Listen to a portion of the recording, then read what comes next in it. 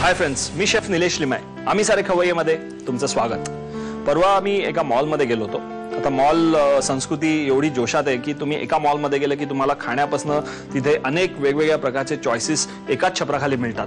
तसंच तिथल्या एका सुपर मार्केटमध्ये आपण गेलो की वाव, आपण असं म्हणजे थक्क होऊन जातो. अगदी काही वर्षापूर्वीचंच चित्र घ्या आणि आताचं एका रेग्युलर बिस्किटांमध्ये सुद्धा आपल्याला आता एवढा चॉईस मिळतो आणि आपण म्हणजे आपल्याला आपली स्ट्रेस लेवल वाढते, कारण आपल्याला कळत नाही की एक्झॅक्टली काय घ्यायचंय. म्हणजे आपण त्या मॉलमध्ये शिरतो काहीतरी विचार करून की आपण चलो आपली यादी बनवूया, आपण हे सगळं घेऊया, पण तिकडचा एवढा चॉईस बघितल्यावर आपण थोडंसं बाकीचं सगळं साहित्य सुद्धा त्याचबरोबर घेतलं जातं. तर सांगायचा मुद्दा असा आहे की मी त्या फूड सेक्शनमध्ये फिरता अनेक बॉटल्स पाहिल्या, सॉसेसच्या बॉटल्स पाहिल्या आणि त्याच्यामध्ये मेयोनेज हा जो एक पार्ट होता ना, त्याचं कम्प्लीट एक सेक्शनच होतं.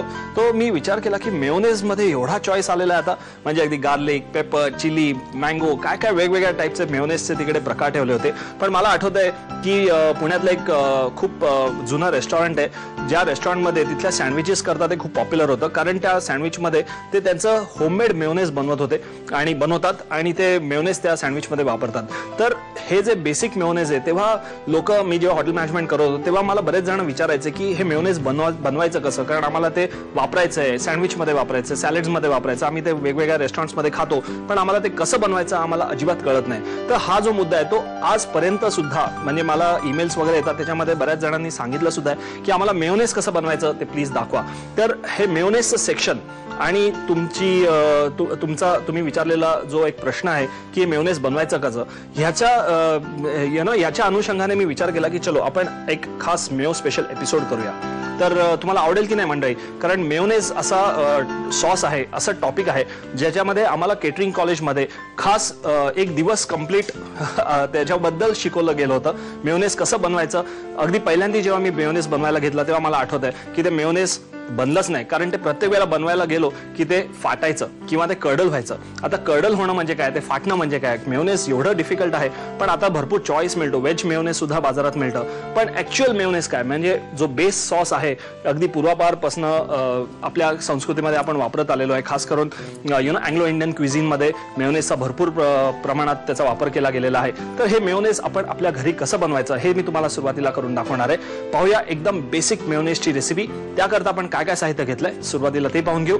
या मेयोनेज करता आपण साहित्य घेतलेलं आहे 6 अंड्यांचा पिवळा बलक, 250 ml तेल, तसंच आपल्याला लागणारे विनेगर 1 चहाचा चमचा, साखर 1 चहाचा चमचा, मीठ आणि मोहरीची पेस्ट चवीकरता आणि 1-2 चमचे आपल्याला लागणारे गरम पाणी, थोडंसं सुरुवातीला आपल्याला ते फेटून घेण्याकरता. सुरुवात करूया. आधी 6 पिवळे बलक आहेत माझ्याकडे, 6 अंड्याचे, हे मी याच्यात घालतो. आता एक बेसिक रेसिपी अशी आहे की 2 पिवळे बलक घेणार असाल तर साधारणतः 100 ml तेल आपल्याला लागतं. मी याच्यात आपलं रेग्युलर शेंगदाण्याचं तेल वापरलेलं आहे, पण तुम्हाला जर का सॅलड ऑइल मिळालं तर तुम्ही ते वापरू शकता. ऑलिव्ह ऑइल तुम्ही वापरू शकता, पण आपलं रेग्युलर तळण्याचं जे तेल असतं ते सुद्धा तुम्ही अगदी हमखास वापरू शकता. बटर वापरता येत नाही, साजूक तूप वापरता येत नाही, लोणी वापरता येत नाही, त्यामुळे तुम्हाला तेल वापरणं आवश्यक आहे. आता याच्यामध्ये आपल्याला घालायचं आहे थोडंसं हे गरम पाणी. 2 चमचे मी गरम पाणी घालतोय. एकदम गरम झालेलं नाहीये, पण बेसिक गरम झालेलं आहे, कोमट. आणि हे आपण आता बीट करायला घेऊया. बीट करणं आवश्यक आहे, कारण बीट केल्यावरच त्याची ऍक्च्युअल ते जे फेटलं जाईल ते बीट केल्यावरच होईल. पण हाताने सुद्धा तुम्ही व्हिस्कनी ते फेटू शकता. आपण हे आता चांगलं फेटून घ्यायचं. आधी पिवळा बलक आहे. आता याच्यामध्ये आपल्याला थोडं थोडं करत तेल घालायचं आहे. आता हे चांगलं त्याचा रंग, आता जर तुमच्या लक्षात आलं असेल की थोडासा रंग बदललाय. आधी एकदम पिवळा भडक होता, आता थोडासा पांढरा झालेला आहे रंग. आत्ता ह्याच्यामध्ये आपल्याला तेल घालायचं आहे, पण अंदाजाने मी आता घेणार आहे याच्यामध्ये, कारण मला म्हणजे आयडिया येईल की किती झालंय, कम्प्लीट झालं की. पण साधारणतः 250 ml आपण वापरूया. पण घालताना मात्र व्हिस्क चालू ठेवून आपण अगदी थोडंसं घालायचं सुरुवातीला. अगदी 1 ड्रॉप पडेल असं घालायचं आहे आणि जे तेल आहे ते आपल्याला त्याच्यामध्ये चांगलं मिक्स करून घ्यायचं आहे.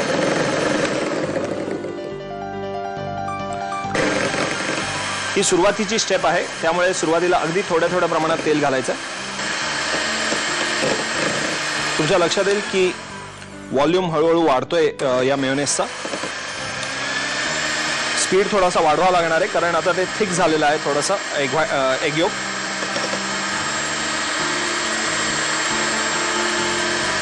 त्याला एक चांगला आता शीन यायला लागलेला आहे मेयोनेजला. तेलाचा त्याला छान एक ग्लेअर यायला लागलेला आहे.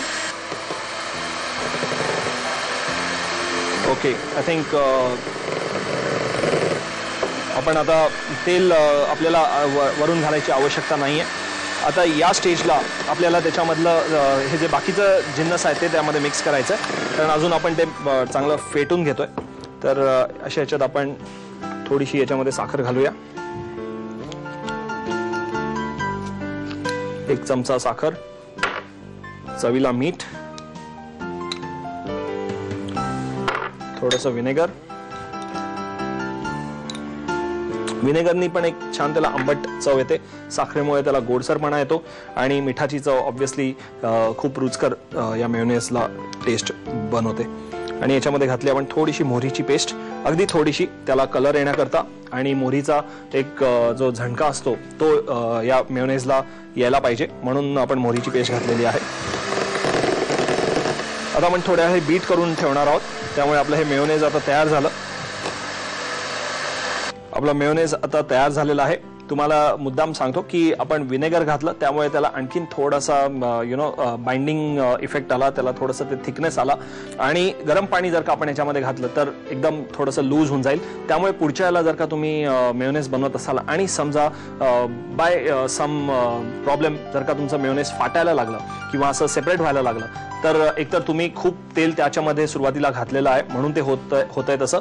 तर अशा वेळेला तुम्ही त्याच्यामध्ये जर का 1 चमचा विनेगर घातलं तर मग ते मेयोनेज पुन्हा एकत्र बाइंडिंग व्हायला मदत होते. आणि जर का तुमचं मेयोनेज खूप घट्ट झालं असेल आणि त्याच्यामध्ये थोडंसं कन्सिस्टन्सीचा प्रॉब्लेम असेल तर त्याच्यामध्ये 1-2 चमचे गरम पाणी घातलं तर तुमचं मेयोनेज पुन्हा छान स्मूथ होऊ शकेल, कन्सिस्टंट होऊ शकेल. आणि जर का तुम्ही कोणी हॉटेल मॅनेजमेंट करत असाल आणि ही रेसिपी बघत असाल तर तुम्ही स्वतःला खूप नशीबवान समजा, कारण एवढ्या सोप्या पद्धतीमध्ये मी तुम्हाला मेयोनेज करून दाखवलं होतं. काश मला कोणी हे शिकवलं असतं, पण म्हणतात ना की थोडीशी मेहनत घेतली तर आपण जास्त चांगलं शिकतो. तर त्यातलं अतिशय उत्तम उदाहरण आहे. पण मला म्हणजे आय होप की तुम्हाला घरी मेयोनेज बनवताना एवढी कष्ट पडणार नाहीत.